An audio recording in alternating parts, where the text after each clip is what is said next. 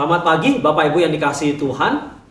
Kita bersyukur di minggu yang kedua tahun 2021 ini kita boleh kembali bersama-sama beribadah, sekalipun masih melalui media Zoom, melalui media sosial. Nah Bapak Ibu yang dikasihi Tuhan, tema pada pagi ini saya mau mengajak kita untuk merenungkan adalah kebutaan rohani.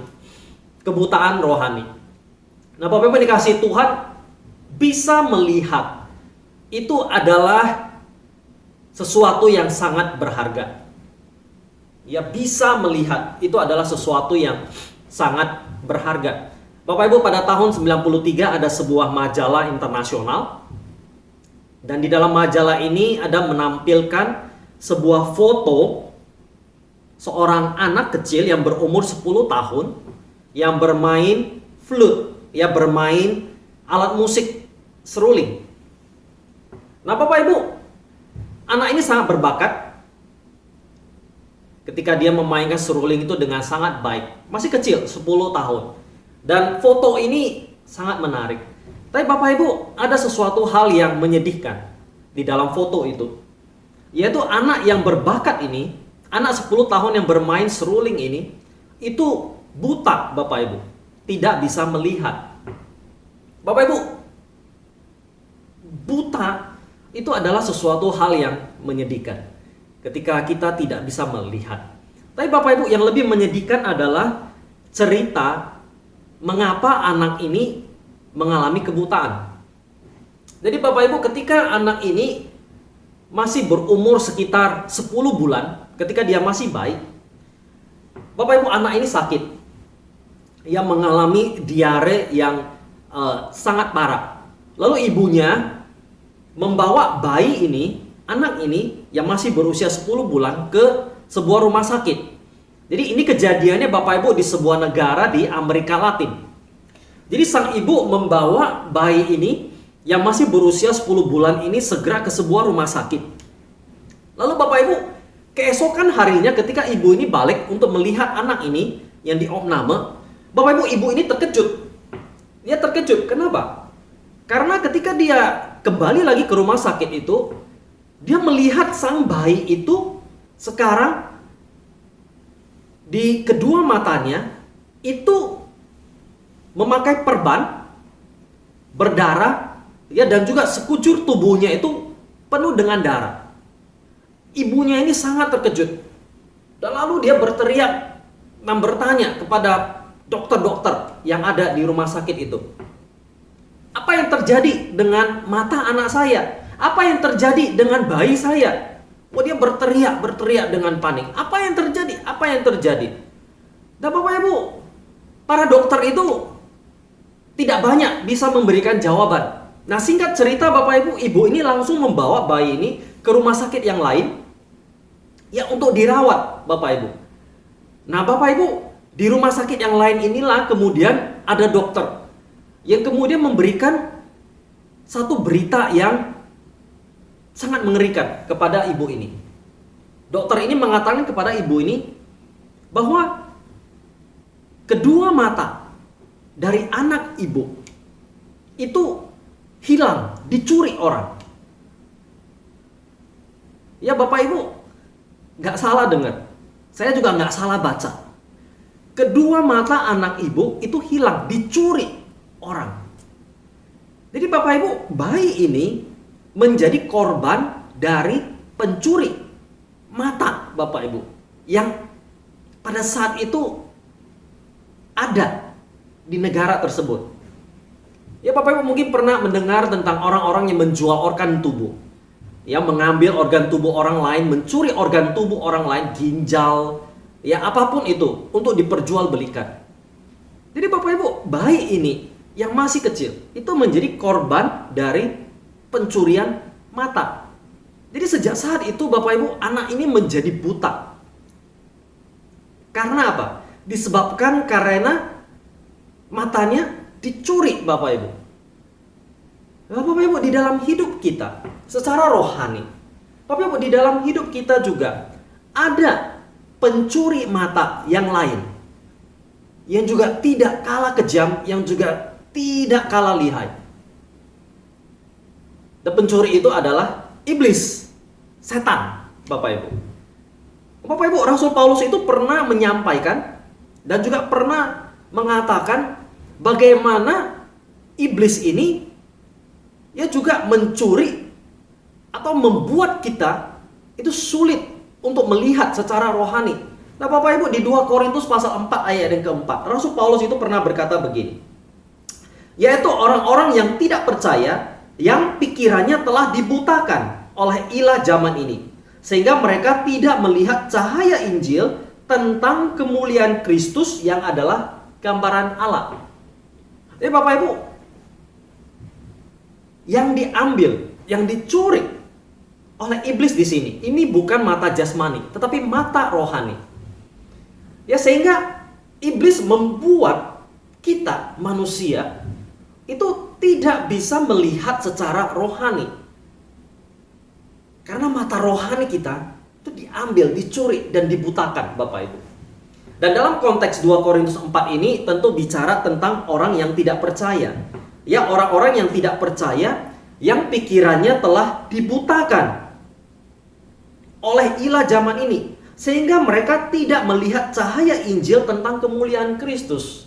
Ini konteks bicara tentang orang-orang yang tidak percaya. Karena apa? Karena mata rohani mereka tertutup. Jadi mereka ini seolah-olah buta, sehingga mereka tidak melihat cahaya kemuliaan Injil Kristus, Bapak Ibu. Nah, namun Bapak Ibu ingat bahwa iblis tidak hanya mencuri atau mengakibatkan kebutaan rohani bagi orang-orang yang tidak percaya, tapi iblis juga, Bapak Ibu, bisa menyebabkan kebutaan rohani bagi orang-orang yang percaya, Bapak Ibu.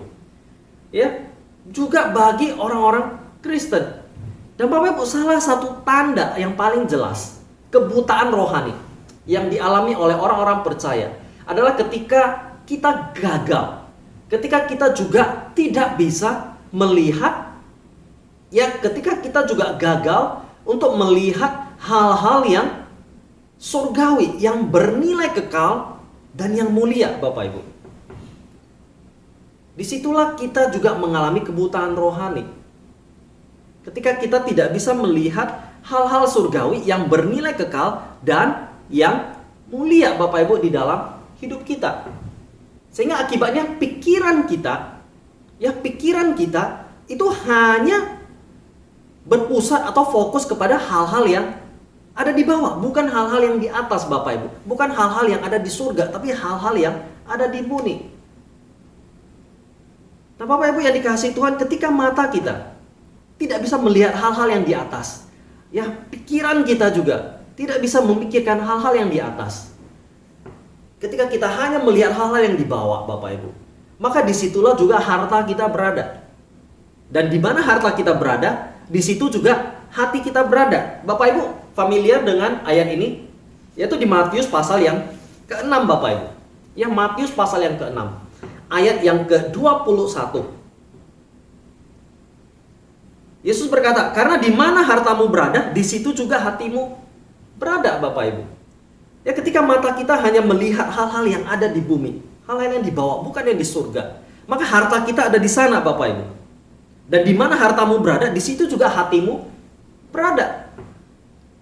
Jadi Bapak Ibu, dengan kata lain, ada satu prinsip di sini yang Tuhan Yesus mau coba sampaikan kepada kita, bahwa keadaan rohani kita itu sangat dipengaruhi atau berhubungan erat dengan keadaan mata rohani kita.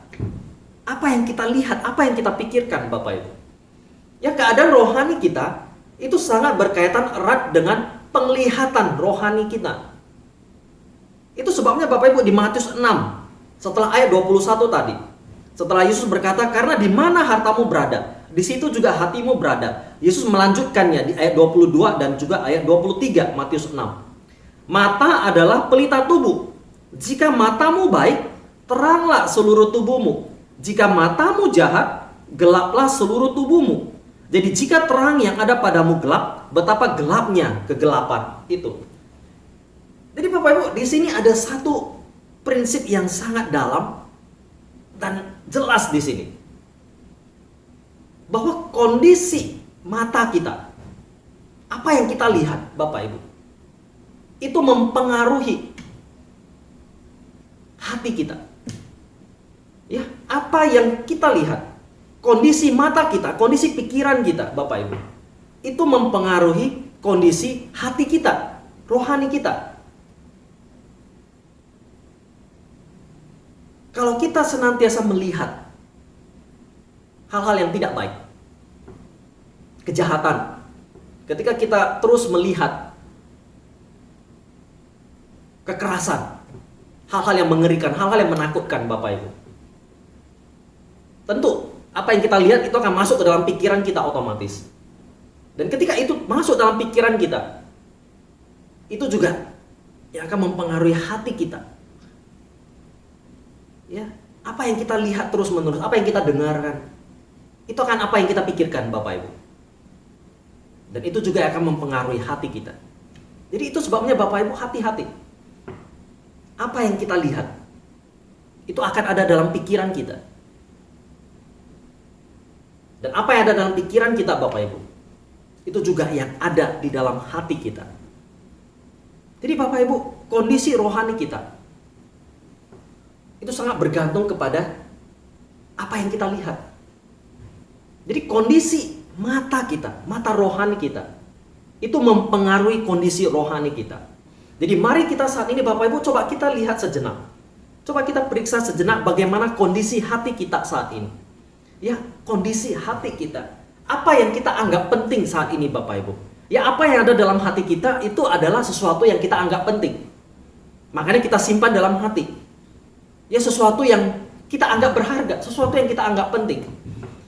Nah, Bapak Ibu, apa yang kita anggap penting itu? Apa yang dalam hati kita? Yang kita anggap sebagai harta kita, Bapak Ibu. Ya, di mana hartamu berada, di situ hatimu berada. Jadi apa yang kita anggap berharga itu, Bapak Ibu, baik yang ada di bumi ataupun yang di surga, itu Bapak Ibu ditentukan sebetulnya ya oleh siapa yang kita ikuti. Ya, siapa yang kita takuti, siapa yang kita taati di dalam hidup kita. Itu sebabnya Bapak Ibu di ayat yang ke-24, Tuhan Yesus melanjutkan ayat ini. Begitu jelas. Tak seorang pun dapat mengabdi kepada dua tuan. Karena jika demikian, ia akan membenci yang seorang dan mengasihi yang lain. Atau ia akan setia kepada yang seorang dan tidak mengindahkan yang lain. Kamu tidak dapat mengabdi kepada Allah dan kepada Mamon. Jadi Bapak Ibu, kebutaan rohani itu yang disebabkan karena kita melayani ataupun mengikuti tuan yang salah. Ya, ketika kita melihat dan memusatkan hati dan pikiran kita kepada sesuatu yang salah, Bapak Ibu, itu yang mengakibatkan kebutaan rohani. Jadi Bapak Ibu, Tuhan Yesus memberikan dua pilihan di sini. Ada dua kondisi, ya ada dua keadaan. Bumi, surga, di atas dan di bawah. Buta dan bisa melihat. Dan di sini adalah Allah dan Mamon yang bukan Allah. Jadi Bapak Ibu, kebutaan rohani itu disebabkan karena kita melayani dan mengikuti tuan yang salah. Jadi Bapak Ibu, kunci untuk menghadapi dan mengatasi kebutaan rohani di sini adalah kita, yang pertama kita harus mengetahui siapa tuan itu. Ya, siapa tuan itu? Siapa yang dimaksud dengan tuan itu? Bapak Ibu, kata tuan di sini bukan berarti seperti seorang bos. Ya, seorang bos, direktur ataupun pemilik. Bukan artinya itu, Bapak Ibu. Ya, karena kalau itu berarti kita bisa memiliki 2 bos atau 3 bos atau 4 bos. Itu biasa, Bapak Ibu. Ya, kita bekerja, kita bisa bekerja di beberapa tempat sekaligus. Ya, ada orang yang bekerja di 2 tempat, 3 tempat, 4 tempat. Jadi orang ini bisa memiliki 4 atau 5 bos. Ya, bisa memiliki 4 atau 5 majikan. Nah, di sini bukan berarti bekerja, Bapak Ibu. Tapi di sini artinya adalah tuan. Ya, tak seorang pun dapat mengabdi kepada 2 tuan. Artinya adalah tuan di sini adalah seseorang yang kita ikuti, yang kita layani sepenuhnya, Bapak Ibu. Jadi kita tidak bisa mengabdi kepada dua tuan di sini. Beda ya. Kita kalau bekerja, kita bisa bekerja kepada dua atau lebih majikan. Ini bukan soal bekerja, Bapak Ibu. Tapi ini soal ketaatan kita, kesetiaan kita kepada siapa. Dan Yesus berkata, tidak seorang pun dapat mengabdi kepada dua tuan. Jadi artinya kita harus memilih. Siapa tuan yang kita layani? Siapa tuan yang kita ikuti? Dan Bapak Ibu, di sini mau mengingatkan kita bahwa kebutaan rohani itu disebabkan karena kita melayani tuan yang salah. Jadi siapa yang kita pilih? Siapa yang kita layani? Siapa yang kita ikuti, Bapak Ibu? Tuhan kah? Allah kah? Atau yang lain? Yang bukan Allah, apapun itu. Pekerjaan, uang, harta, apapun itu, Bapak Ibu.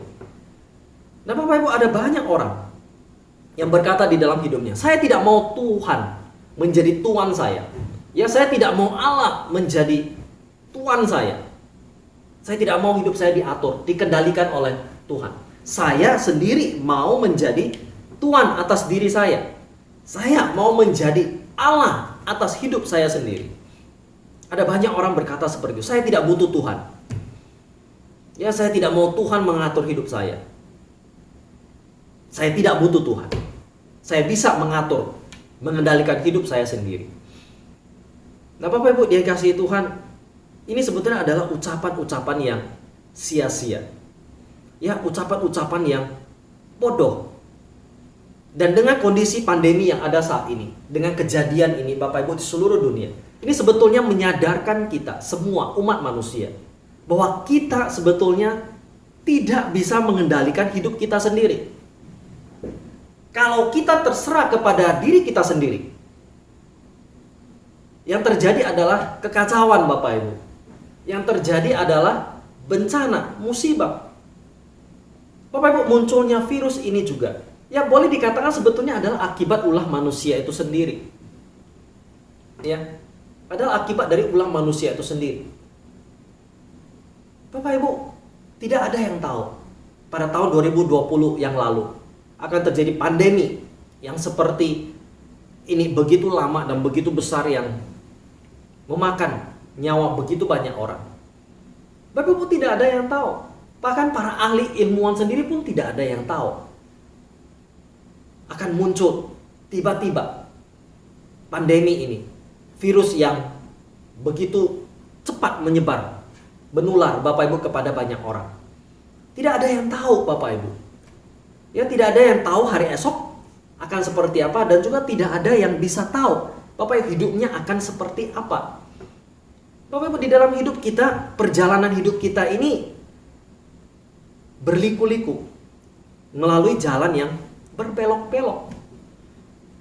Hidup kita itu bukan seperti sebuah jalan tol, ya sebuah jalan lurus yang lancar saja, dan kita bisa tahu kemana kita akan pergi. Kita yakin, Bapak Ibu.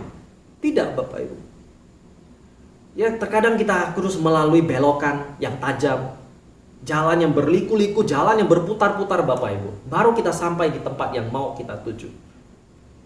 Dan Bapak Ibu, tahun 2020 sudah menunjukkan itu. Ada banyak kejadian-kejadian yang tidak pernah kita perkirakan, yang tidak pernah kita bayangkan sebelumnya. Bapak Ibu, itu terjadi dalam hidup kita. Nah, jadi Bapak Ibu dikasihi Tuhan, ini menyadarkan kita bahwa siapa yang seharusnya menjadi tuan kita, siapa yang seharusnya kita layani, siapa yang seharusnya kita ikuti dan taati di dalam hidup kita.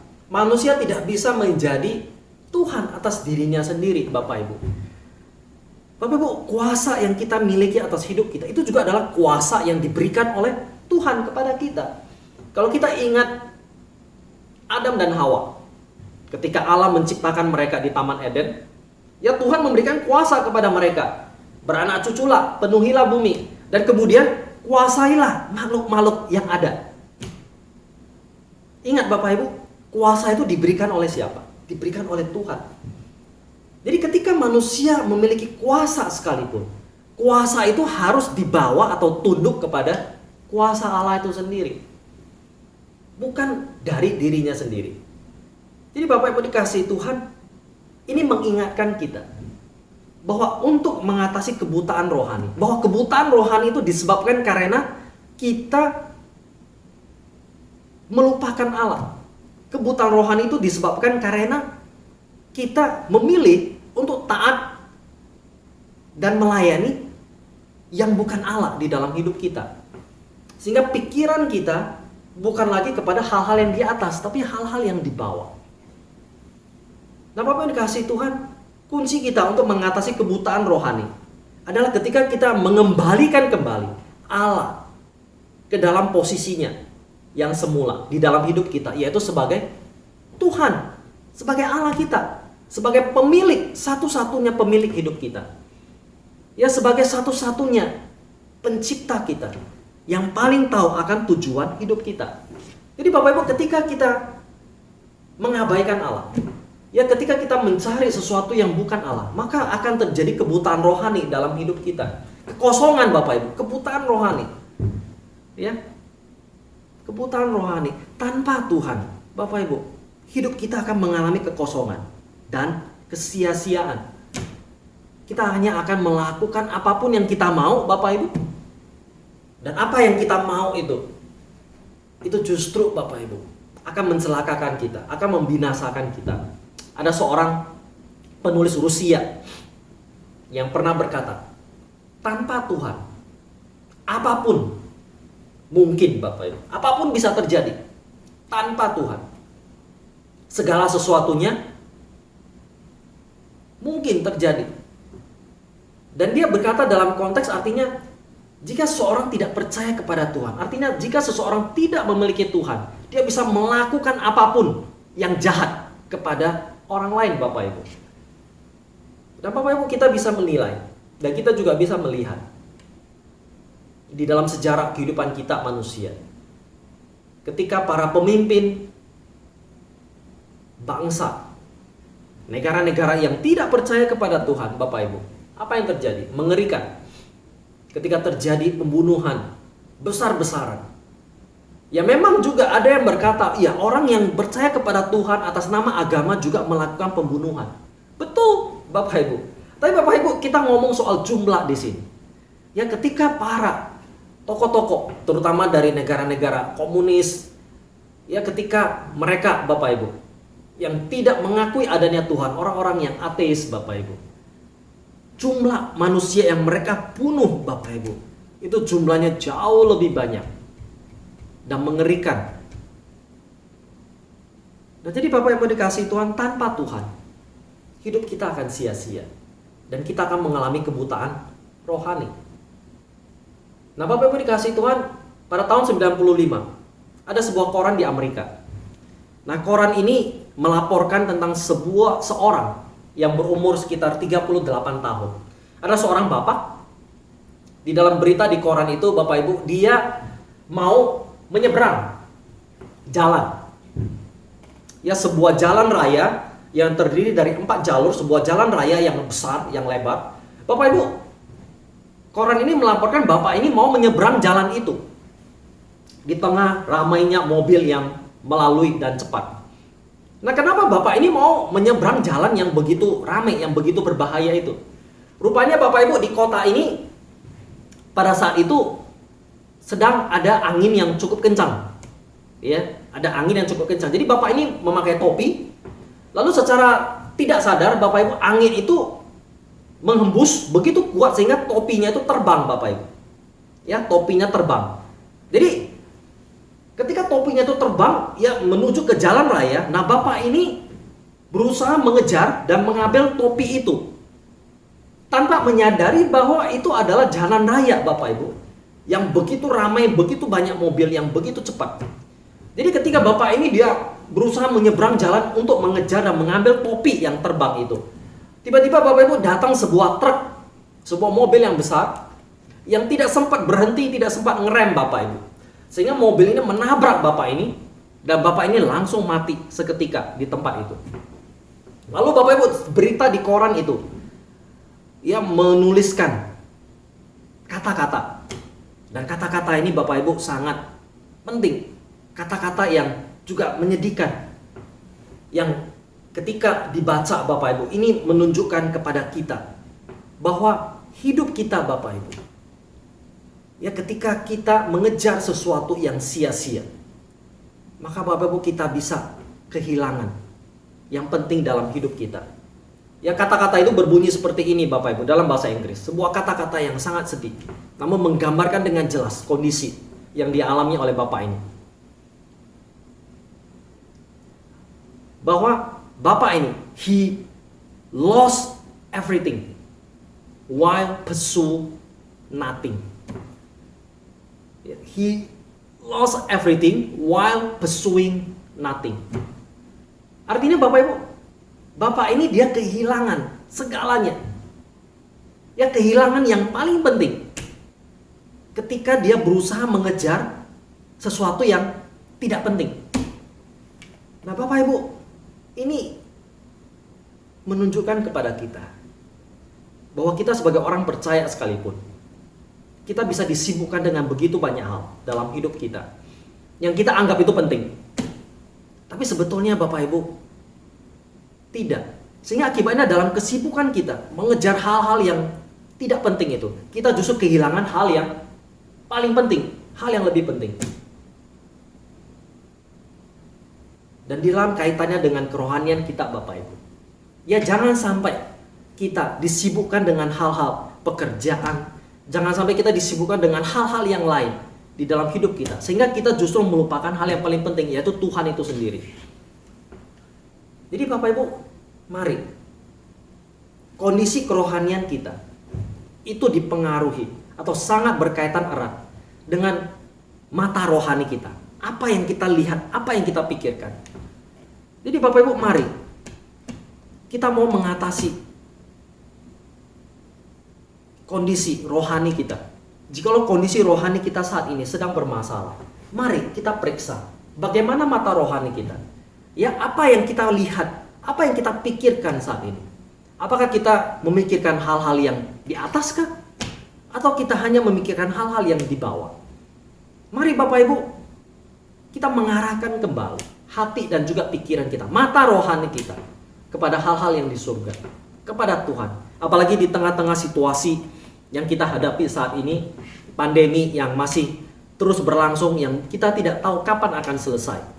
Ya belum lagi masalah-masalah mungkin dalam pekerjaan, dalam keluarga, ya dalam apapun juga Bapak Ibu, hubungan kita dengan orang lain, mungkin kesehatan kita juga.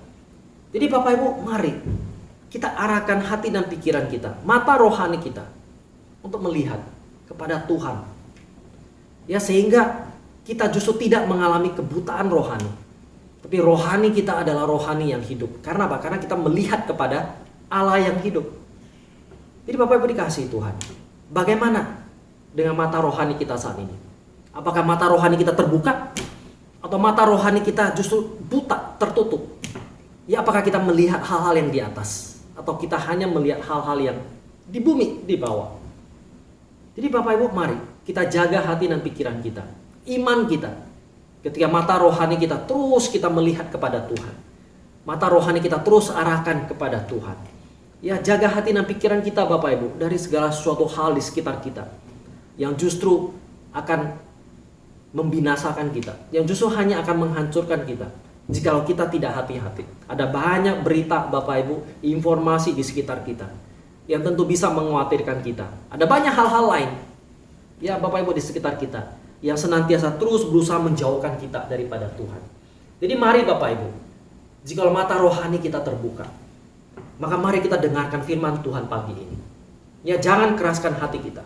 Mari kita datang kepada Tuhan senantiasa untuk kita melihat kepada Dia, sehingga kita tidak mengalami kebutaan rohani, sehingga kondisi rohani kita juga Bapak Ibu ya boleh hidup dan terus bertumbuh Bapak Ibu.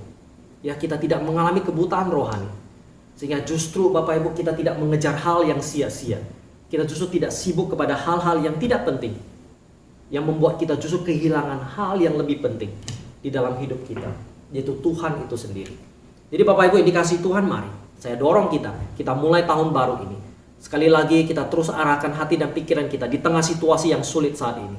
Kita arahkan mata rohani kita kembali kepada Tuhan. Biarlah Dia yang menjadi Tuhan dan Allah kita.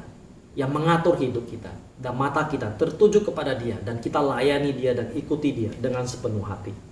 Mari kita berdoa.